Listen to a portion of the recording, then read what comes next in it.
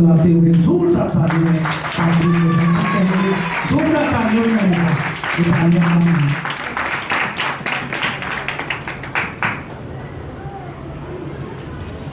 आज का जो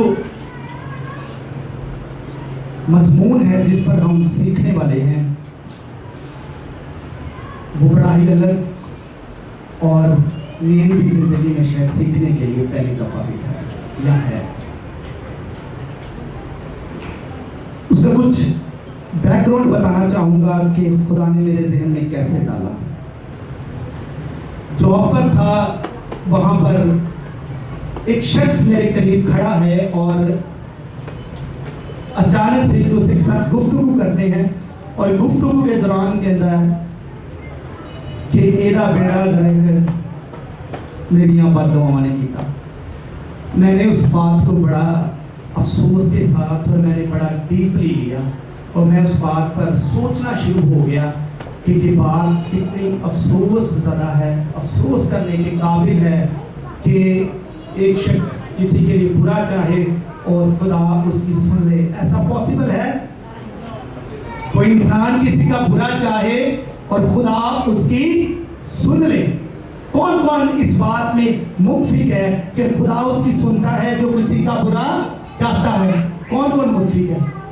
कोई भी मुत्फिक नहीं। लेकिन यहाँ पर अगर देखें अपनी जिंदगी को, आप जो लोग इस बात पर किसी को बुरा भला कह चुके हैं तो उनको बेहतर पता है कि कैसे वो किसी का बुरा चाह चुके हैं। हम जाने अनजाने में हम भूल करते हैं, जाने अनजाने में हम गुनाह करते हैं। खुदा के कलाम में लिखा है कि बातों बातों में खता होती है। हम कई बार जज्बाती होकर ऐसी बातें कह जाते हैं जो किसी के लिए दिल दुखाने के काबिल ठहरती हैं या किसी का दिल दुखाती हैं। लेकिन ये सिर्फ एक सोच की बात है कि कोई सोचे कि मेरी वजह से किसी का बुरा हो गया। तो मैंने उसको खुदा के कलाम में से सर्च करना शुरू कर दिया कि क्या खुदा के कलाम में बददुआ देना ठीक है या फिर खुदा सुनता है, उसका जवाब देता है। तो फिर मुझे ये जवाब खुदा के कलाम में से मिला कि खुदा सुनता तो सब कुछ है, क्योंकि उसके कलाम में लिखा है कि उसका कान इतना भारी नहीं जो आवाज को सुन ना सके और हाथ इतना छोटा नहीं जो किसी को बचा ना सके। वो बातें तो सुनता है लेकिन जवाब उन बातों का देता है जो बातें दिल से साफ शख्स करता है खुदा के हुजूर में।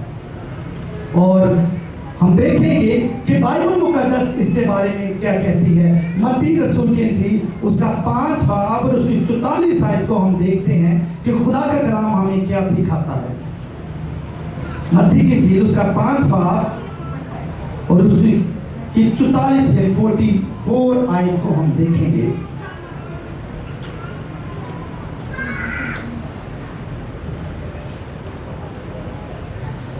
खुदावंद के कलाम मुकद्दस में यूं मरकूम है, लेकिन मैं तुमसे सच कहता हूं, यानी यीशु मसीह कहते हैं कि मैं तुमसे सच कहता हूं। वो ऑलरेडी सच ही बोलते थे, लेकिन जहां पर सच की लफ्ज या बात होती थी या ये लफ्ज दोहराया जाता था, वहां पर सच्चाई से मतलब ये नहीं होता था कि यीशु मसीह झूठ बोलते। वहां पर उस बात को डेफिनेटली पक्का करना होता था कि आप इस बात को इस तौर से समझ लें कि ये बात आपको अपनी जिंदगी में अमल लाना जरूरी है। और लिखा है, लेकिन मैं तुमसे सच कहता हूं कि अपने दुश्मनों से मोहब्बत रखो और अपने सताने वालों के लिए दुआ करो। अब हम इसको देखें कि यहां पर 2 बातें हैं जिनके बारे में यीशु मसीह कह रहे हैं। कहते हैं कि अपने दुश्मनों के लिए, अपने दुश्मनों के साथ मोहब्बत रखो। अब दुश्मन के साथ मोहब्बत रखना यानी उसको माफ करना होता है, यानी उसकी बातों को भूल जाना होता है। अब जो शख्स किसी के लिए बद्दुआ करता है, क्या आप सोचते हैं कि वो खुदा उसकी दुआ को सुनेगा? जो ये ऑर्डर पास करता है कि आप दुश्मनों के लिए दुआ करें या उनसे मोहब्बत रखें। और फिर लिखा है कि अपने दुश्मनों से मोहब्बत रखो और अपने सताने वालों के लिए दुआ करो। दुआ यानी किसी की खैरियत चाहना, भलाई चाहना, उसके लिए अच्छा चाहना। इसके मायने हैं कि आप किसी के लिए अच्छा चाहें, आप उसके लिए बेहतर से बेहतरीन चाहें, आप उसके लिए ये दुआ करें कि खुदा उसको बढ़ाए। और जो बढ़ाने की दुआ करता है वो लानत की दुआ कर सकता है?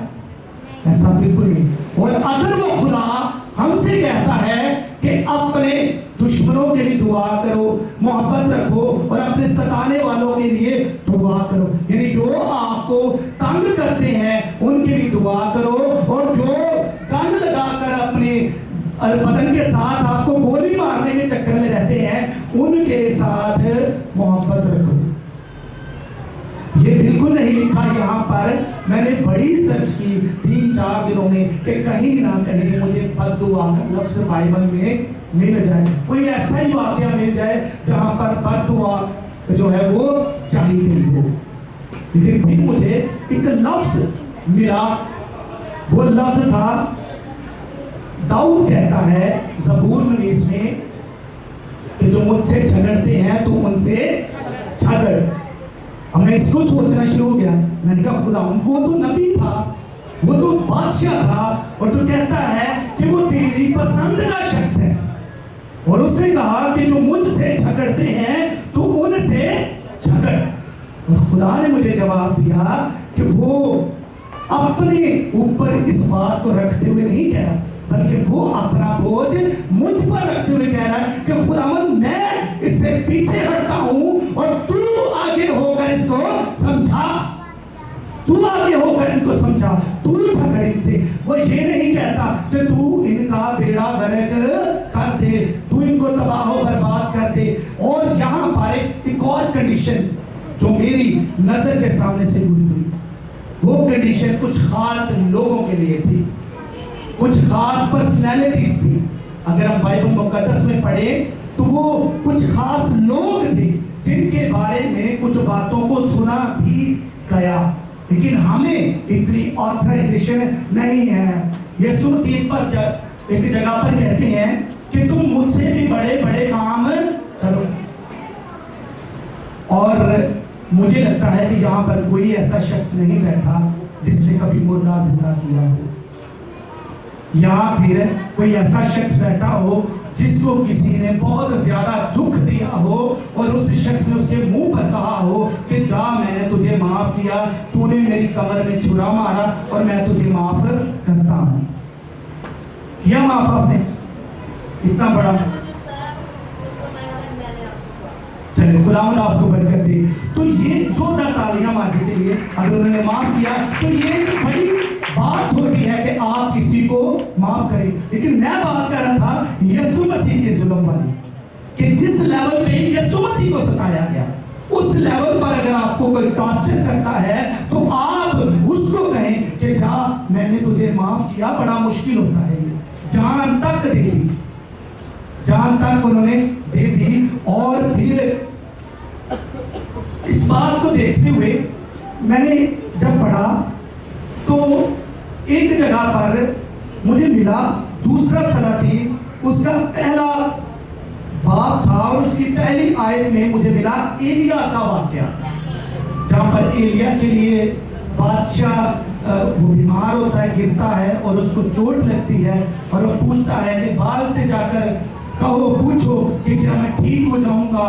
तो वो एलिया जो है वो उससे कहता है कि वो ठीक नहीं होगा, क्योंकि तेरे इलाके में तेरा खुदा मौजूद नहीं है कि कोई खुदा तुझे बता सके। जो तू एक बुत से पूछता है कि वो तेरा हाल बताए, तो वो नाराज होता। खुदा कहता है उसे, खुदा कहता है कि जाके उसे कह के अब तू उठ नहीं पाएगा उस बिस्तर से, बल्कि तू मर जाएगा।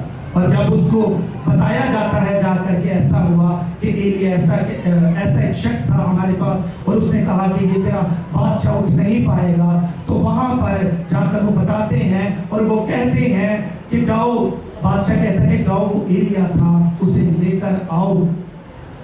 तो वहां पर वो जब लेने जाते हैं तो वहां पर एलिया वहां पर एक बात कहता है, वो 50 लोग और एक सरदार उनका भेजता है उनका, और कहता है कि तुम अगर मैं मर्दे खुदा हूं तो तुम जलकर राख हो जाओ, खुदा आसमान से आग बरसाए। बताने का मकसद ये है कि आज का जो उन्वान हमारा टॉपिक है कि हमें किसी को बद्दुआ नहीं देनी चाहिए, ना हमें ऐसे अल्फाज मुंह से निकालने चाहिए। वो ऐसी दुआएं बिल्कुल नहीं खुदा सुनता जिनके अंदर, दिलों के अंदर जो है वो किसी बदी को रखकर दुआ की जाती है। तो एलिया जब बोला तो वहां पर मेरी सर्च के मुताबिक खुदा ने वहां तक पहुंचाया कि ये कुछ पर्सनालिटी थी जो खुदा के करीब थी, खुदा के हुक्म के मुताबिक वो चलती थी। जैसे यूना को खुदा ने कहा कि जा नैनवा को, और नैनवा से लोगों से जाकर कह कि उनको मैं 3 दिन के अंदर तबाह कर दूंगा, और वो वहां पर जाकर मनादी करता है कि तबाह कर दूंगा। लेकिन खुदा मोहब्बत रखता है और खुदा उनको माफ कर देता है। हमें बद्दुआ किसी के लिए नहीं करनी चाहिए, हमें दुआ करनी चाहिए। जब हम दुआ करते हैं तो यहाँ पर जो हमने आयत पढ़ी कि लेकिन मैं तुमसे सच कहता हूँ कि अपने दुश्मनों से मोहब्बत रखो और अपने सताने वालों के लिए दुआ करो, यानी उनके लिए भलाई चाहो। खुदा का कलाम हमें भलाई का ऑर्डर जारी करता है, ना कि बद्दुआ का। बद्दुआ का मतलब है किसी का बुरा चाहना, किसी को तबाह करने की दुआ करना। और अगर भलाई के लिए दुआ है तो फिर बद्दुआ हम कैसे कर सकते हैं? हम बद्दुआ नहीं कर सकते किसी के लिए। हमें चाहिए कि हम एक दूसरे के लिए भलाई की दुआ करें, हम एक दूसरे के लिए भला चाहें, हम एक दूसरे को खुदा के सामने रखते हुए उसके लिए खैर और आफियत की दुआ करें। यकीनन खुदा उन दुआओं का जवाब देता है। खुदा कभी भी अपने लोगों को भूलता नहीं है। और यहाँ पर अगर दिल की हालत को देखें तो हम यकूब उसका 4 बाब उसकी 3 आयत को देखेंगे, कंडीशन को। यकूब उसका 4 बाब उसकी 3 आयत क्या कहती है?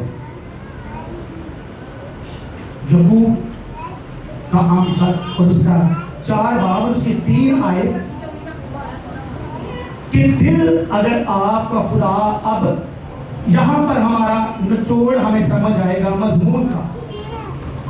लिखा है तुम मांगते हो और पाते नहीं, इसलिए कि बुरी नीयत से मांगते हो। आमीन। तुम मांगते हो पर पाते नहीं। अल्फाजों पर गौर कीजिए। तुम मांगते हो पर पाते नहीं क्योंकि तुम बुरी नीयत से मांगते हो। और अगर किसी के लिए बद्दुआ की जाए तो वो किस नीयत से की जाती है? किस नीयत से?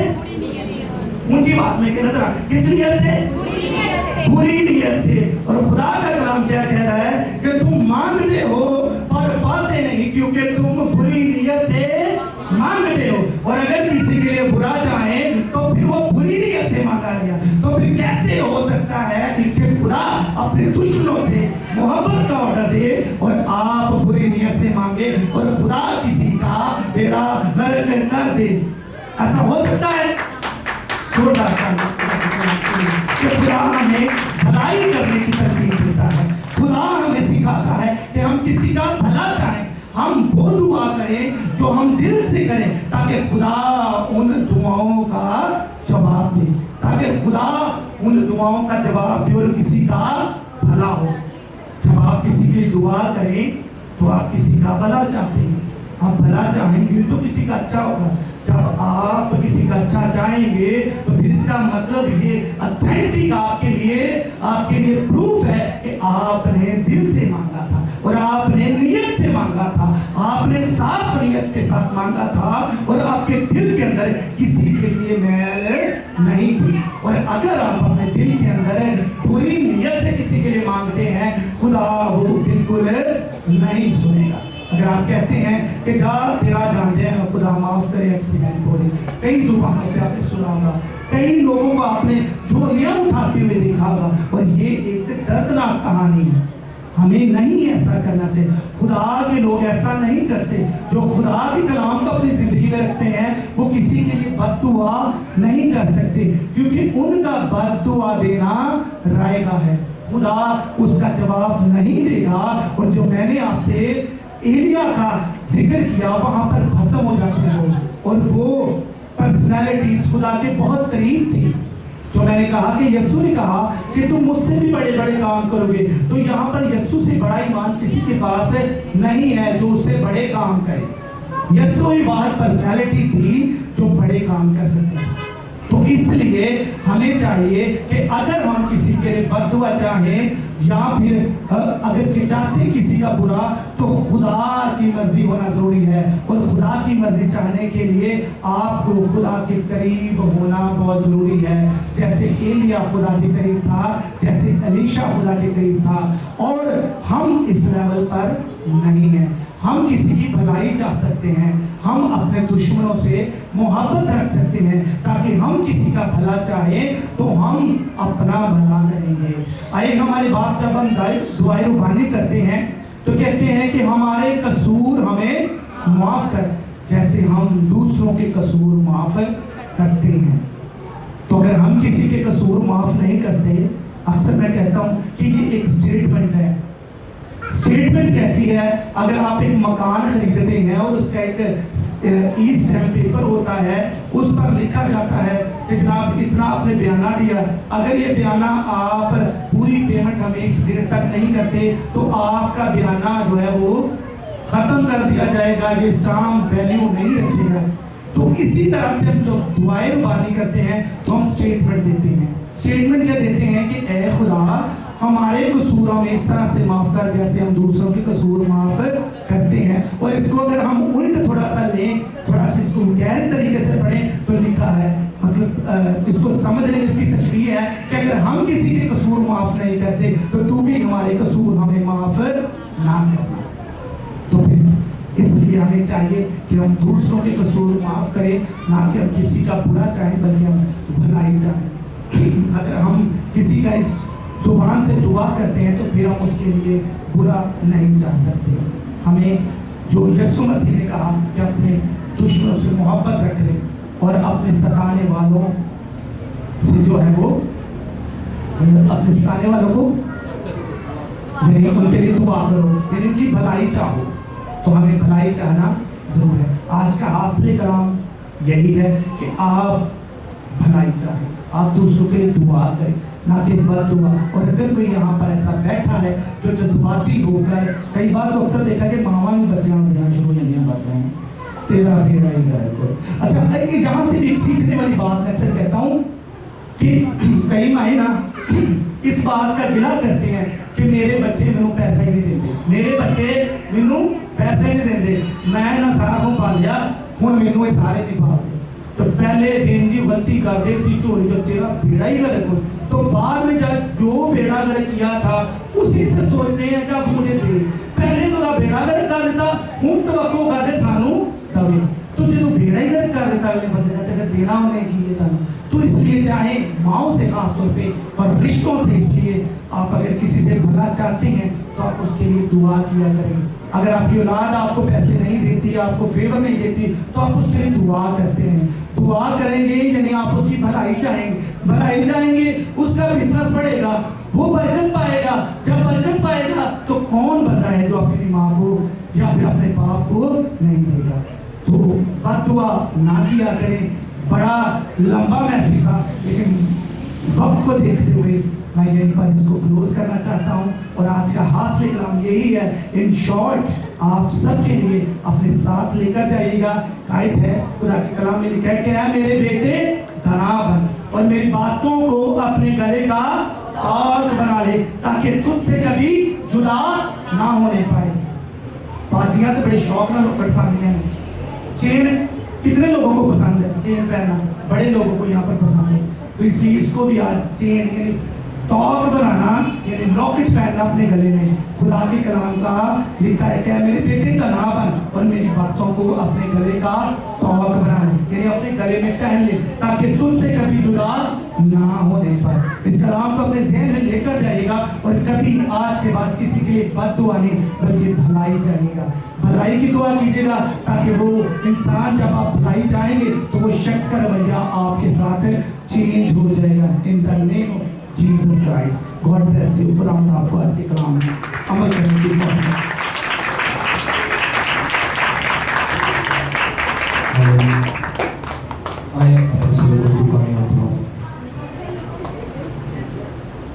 हम इंसान होते में कमजोर हैं। अपनी जिंदगी पर गौर करें कि कहाँ पे मैं कमजोर हूँ। क्या आज का कलाम मेरे लिए है? क्या मैं ऐसे अल्फाज बोलता हूँ अपने बेटों के लिए, बच्चों के लिए जो नामुनासिब है?